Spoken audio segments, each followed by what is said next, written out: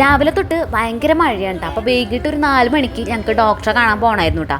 അപ്പോൾ ചേട്ടനും ഞാനും കൂടി പോകാമെന്നാണ് വിചാരിച്ചത്. പക്ഷേ ആരെങ്കിലും ഇങ്ങനെ ഇല്ലാണ്ട് ഞങ്ങൾ എവിടേക്കും പോകാറില്ല.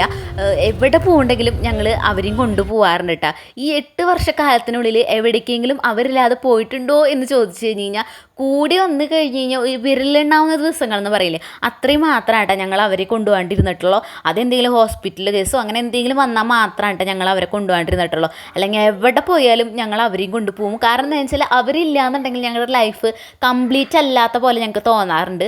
അവരുണ്ടെങ്കിൽ ഞങ്ങൾ ഭയങ്കര ഹാപ്പി ആയിരിക്കും കേട്ടോ. ചില പേരൻസ് എങ്ങനെയാണെന്ന് വെച്ചാൽ മക്കളില്ലെങ്കിലും അവർ പോണ സ്ഥലങ്ങളിലൊക്കെ ഭയങ്കരമായിട്ട് എൻജോയ് ചെയ്യുന്ന ചിലരുണ്ട്. പക്ഷേ ഞങ്ങൾ അക്കൂട്ടത്തിൽ പെടാറില്ല കേട്ടോ. അപ്പോൾ അവരും അതുകൊണ്ട് തന്നെ പാലായിട്ട് ഞങ്ങളുടെ ഒപ്പം തന്നെ ഉണ്ട് കേട്ടോ. അപ്പോൾ ചേട്ടനാണെങ്കിൽ പോണ വഴിക്ക് ചേട്ടൻ്റെ പണി നടക്കണോടത്തേക്ക് ഒന്ന് കയറി അവിടെ മരങ്ങളൊക്കെ ലോഡ് കയറ്റുന്നുണ്ട്. അപ്പോൾ അതൊക്കെ എവിടം വരെ എത്തിയെന്നൊന്ന് നോക്കി. പിന്നെ എനിക്ക് അവിടെ 2 വലിയ മാവ് മുറിച്ചിട്ടുണ്ട് കേട്ടോ. ഒരു 100 വർഷം പഴക്കെങ്കിലും ആ മാവിനുണ്ടായിരിക്കും.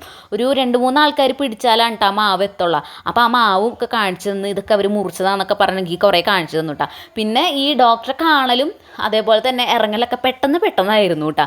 അതൊക്കെ കണ്ട് ഇറങ്ങിയപ്പോഴാണ് മക്കൾ പറഞ്ഞത് അവർക്ക് ഭയങ്കരമായിട്ട് വിശക്കുന്നുണ്ടെന്ന്. അപ്പോൾ ഫുഡൊക്കെ കഴിച്ചിട്ട് ഈ സ്നാക്സും സ്വീറ്റ്സൊക്കെ ഇങ്ങനെ ഇരിക്കുന്നുണ്ട് അവിടെ. അപ്പോൾ അതൊക്കെ എന്താ ഈ പുതിയ സ്റ്റോക്കുകളൊക്കെ വന്നോ എന്നൊക്കെ അന്വേഷിച്ചു. ഞങ്ങൾ ഇവിടെ എന്ന് പറയുമ്പോൾ ഞങ്ങൾ സ്ഥിരം കസ്റ്റമേഴ്സാണ്. ഞങ്ങൾ എങ്ങനെ പോവുകയാണെങ്കിൽ ഞങ്ങൾ കൂടുതലും ഇവിടെയാണ് കേട്ടോ കയറാറ്. അപ്പോൾ അവിടെ കയറി ഒരു പാക്കറ്റ് മസാലക്കപ്പലിൻ്റെയൊക്കെ മേടിച്ച് ഞങ്ങൾ പോന്നു.